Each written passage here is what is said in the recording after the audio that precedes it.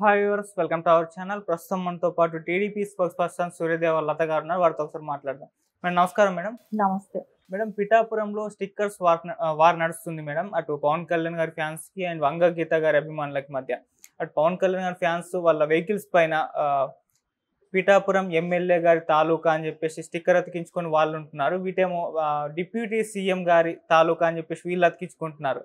మరి దీన్ని ఏ విధంగా చూడొచ్చు? మరి ఫైనల్ గా ఎవరు తాలూకా ఉండొచ్చు అంటారు మేడం? మనం అందరం అనుకున్నట్టే, ఎప్పుడు కూడా మాట్లాడుతున్నట్టే పవన్ కళ్యాణ్ గారే ఎమ్మెల్యేగా గెలిచే అవకాశాలు ఉన్నాయి. ఎందుకంటేను మనం వైఫల్యాలు ఖచ్చితంగా ఒకటి ఉంది.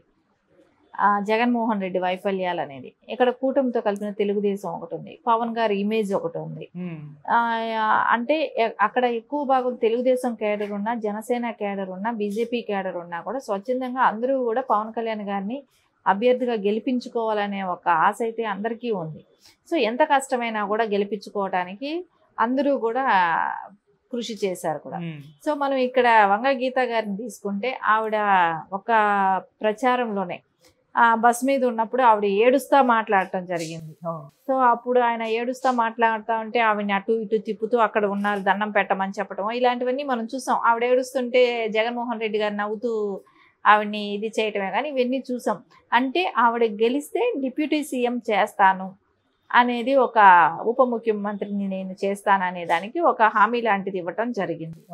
సో ఇవన్నీ చూసా అంటే జగన్మోహన్ రెడ్డికి గెలవమనే భయం పట్టిందా అంటే, అక్కడ ప్రజల్లోకి ఒక భరోసా ఇస్తే, ఉప ముఖ్యమంత్రిని చేస్తే ఈవిడ ఏమైనా అక్కడ ఫండ్స్ తీసుకొచ్చేసి మీ నియోజకవర్గాన్ని బాగు చేస్తుందనే ఒక ధైర్యంతో ఒక అట్లాంటి ఇది చెప్పాడా అనేది చూస్తే ఖచ్చితంగా ఆయన భయం అనేది ఆ రోజే స్టార్ట్ అయిపోయింది.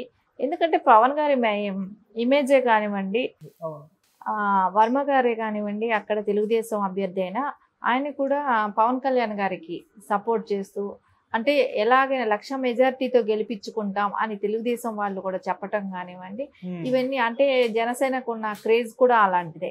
యువతలో ఎక్కువ క్రేజ్ కూడా ఉంటది కాబట్టి వాళ్ళందరూ కూడా కష్టపడి పనిచేయటం జరిగింది. సో మళ్ళీ ఎటు వచ్చి ఇండస్ట్రీకి సంబంధించిన వ్యక్తులందరూ కూడా వెళ్ళి పవన్ కళ్యాణ్ గారి కోసం పనిచేయటం జరిగింది. ఎందుకంటే ఇప్పుడు ఆయన్ని పర్సనల్ అటాక్ అనేది చేయకూడదు.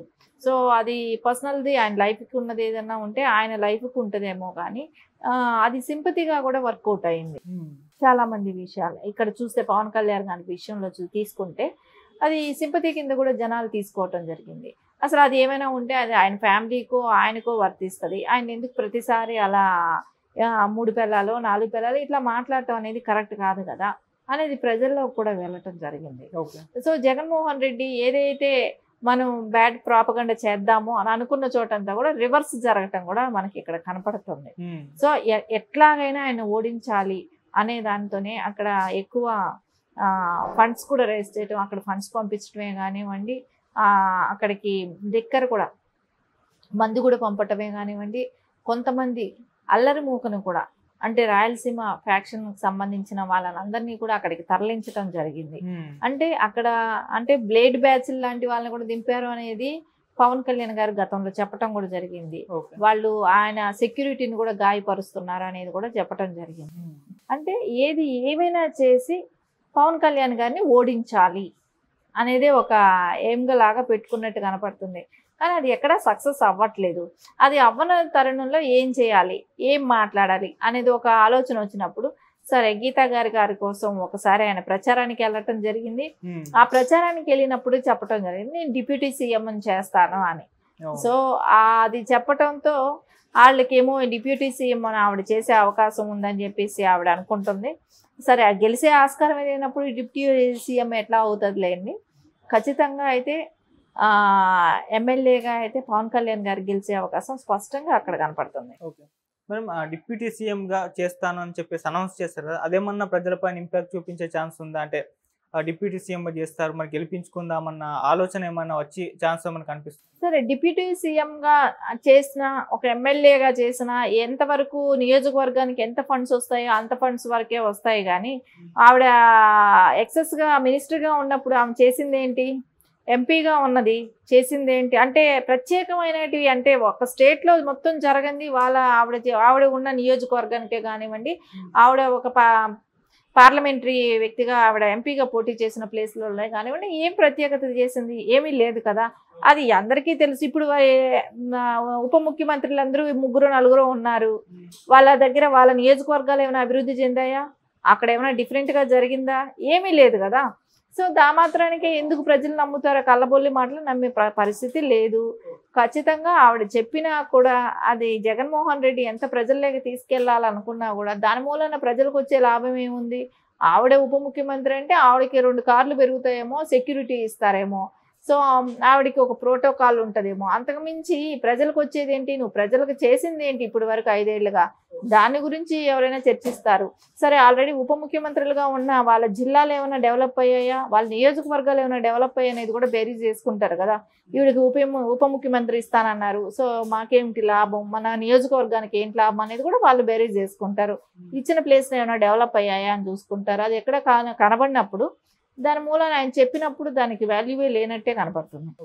లాస్ట్ టైం కూడా మేడం మంగళగిరిలో గెలిచిన ఆళ్ల రామకృష్ణారెడ్డికి మంత్రి పదవిని ఇస్తాను అని చెప్పేసి అంతకుముందు అనౌన్స్ చేశారు, కానీ చివరికి ఇవ్వలేదు. మరి అటువంటి పరిస్థితి మళ్ళీ ఇక్కడ రావచ్చు అంటారా? ఆళ్ల రామకృష్ణారెడ్డికి మంగళగిరిలో ఓకే లోకేష్ గారి మీద గెలిస్తే నా పక్కన పెట్టుకుంటాను అని చెప్పేసి అనౌన్స్ చేశారు. ఆయన గెలిచారు, కాకపోతే ఇవ్వలేదు మంత్రి పదవి. అంతే కదా. ఇప్పుడు చెప్పిన చోట ఇవ్వలేదు. ఆయన మళ్ళా పార్టీని వదిలేసి షర్మిల గారి దగ్గరికి వెళ్ళాడు. సో అక్కడ జాయిన్ అయ్యాడు. మళ్ళా వచ్చి మళ్ళా వైసీపీలోనే జాయిన్ అయ్యాడు. ఆయనకి సీటు కూడా ఇవ్వలేదు. వీటినన్నిటినీ చూస్తే అందరికీ అర్థమవుతుంది కదా, ఎక్కడ కూడా ఆయన చెప్పింది చేయడు. సో ఆయన అవసరం కోసం ఆ రోజుటికి వాడుకుంటాడు. తర్వాత మళ్ళీ దాని వాళ్ళ గురించి పట్టించుకోడు. మాట తప్పను మడం తిప్పను అని అంటాడు, కానీ తప్పేది మాటే తిప్పేది మడమే అనేది మనకు చాలా విషయాల్లో కూడా ప్రూవ్ అయిపోయింది. ఓకే మేడం, ఇప్పుడు ఏపీలో అంటే హాట్ టాపిక్ నియోజకవర్గాల్లో పిఠాపురం కూడా ఒకటి.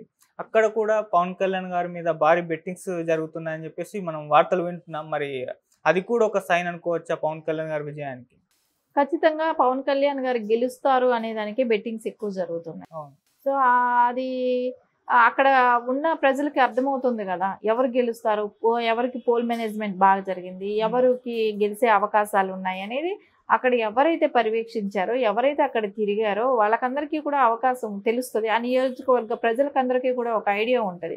సో దాన్ని బట్టే వాళ్ళు బెట్టింగ్లు కూడా కాసే అవకాశం ఉంటుంది. అది కూడా ఎక్కువ బెట్టింగ్లు పవన్ కళ్యాణ్ గారు గెలుస్తారనే దాని మీదనే నడుస్తుంది అనేది అందరికీ తెలిసిన విషయమే. ఎట్లాగో వైసీపీ గురించి బెట్టింగ్స్ కూడా తగ్గిపోయాయి. ఇప్పుడు ఏంటంటే ఆ గెలిచే దానిలో కూడా మెజారిటీ ఎంత వస్తుంది అనేదే బెట్టింగ్స్ నడుస్తున్నాయి. సో పక్క గెలుపు అనేది వన్ సైడ్ అనేది డిసైడ్ అయిపోయింది, పవన్ గారు గెలుస్తారు. కానీ మెజారిటీ ఎంత వస్తుంది అనే దాని మీదే అక్కడ బెట్టింగ్లు జరుగుతున్నాయి.